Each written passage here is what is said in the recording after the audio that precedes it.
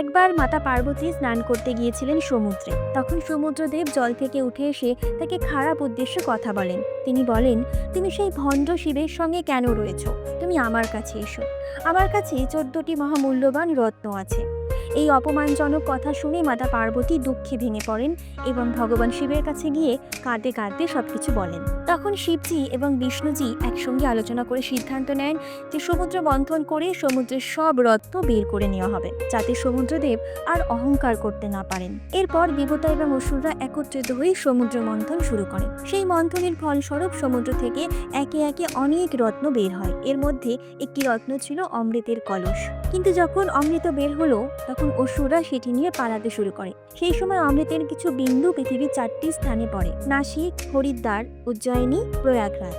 এই 4টি স্থানে আজও কুম্ভ মেলা অনুষ্ঠিত হয়। সেখানে অমৃতের ফোঁটা পড়েছিল, এই কারণেই এই স্থানগুলি পবিত্র বলে মানা হয়। সমুদ্রদেবের অহংকার এবং পার্বতীর প্রতি অপমানজনক আচরণ থেকেই শুরু হয়েছিল সমুদ্র মন্থন, যার ফলস্বরূপ পৃথিবীতে অমৃতের আগমন ঘটে এবং কুম্ভ মেলার সূচনা হয়। রাধে রাধে।